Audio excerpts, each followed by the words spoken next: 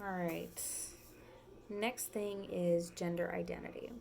So, this is something that I'm very conflicted about. I definitely want to have more conversations with trans people to open my mind to their experiences and to better understand what they're feeling and why they have um, have the lifestyle that they do.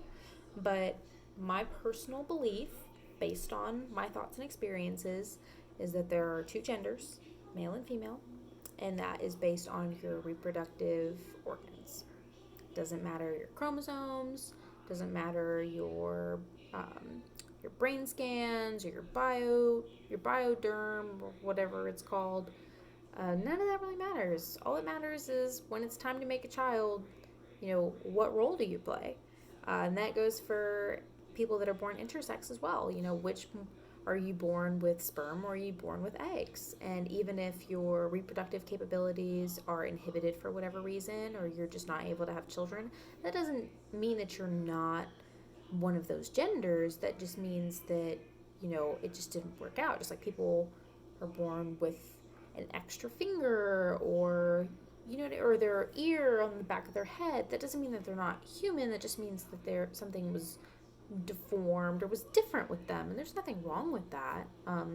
But from the scientific perspective, there's two genders, and then from a social perspective, I also believe that there's only two genders. I believe that people are trying to equate character or your characteristics with gender.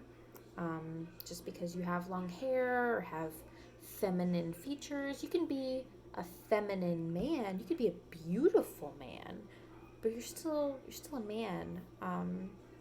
And something else that really confuses me is when a lot of people that are trans advocates say that gender and sex aren't the same thing. That your gender is your social expression and your sex is your genitalia. And then it's just really curious because then I wonder, well, then why do people feel the need to change their sex to change their gender? And I understand that within the LBGT community, that's not the stance that you don't, or that is the stance that you don't have to change anything physical about yourself to change your gender, that it is a social expression. But then why do people feel the need to do it if they're not connected? It's just very, very curious subject to me.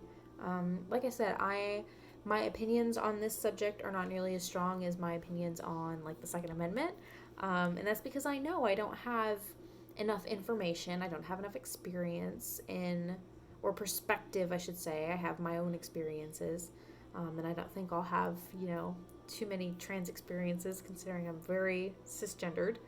um, but I'm open to more dialogue on the subject. I'd love to have, a an interactive podcast or something along those lines with someone who is trans or is a trans advocate or is just more knowledgeable on the subject than I, so I can kind of pick their brain and express my concerns and move forward like we're supposed to.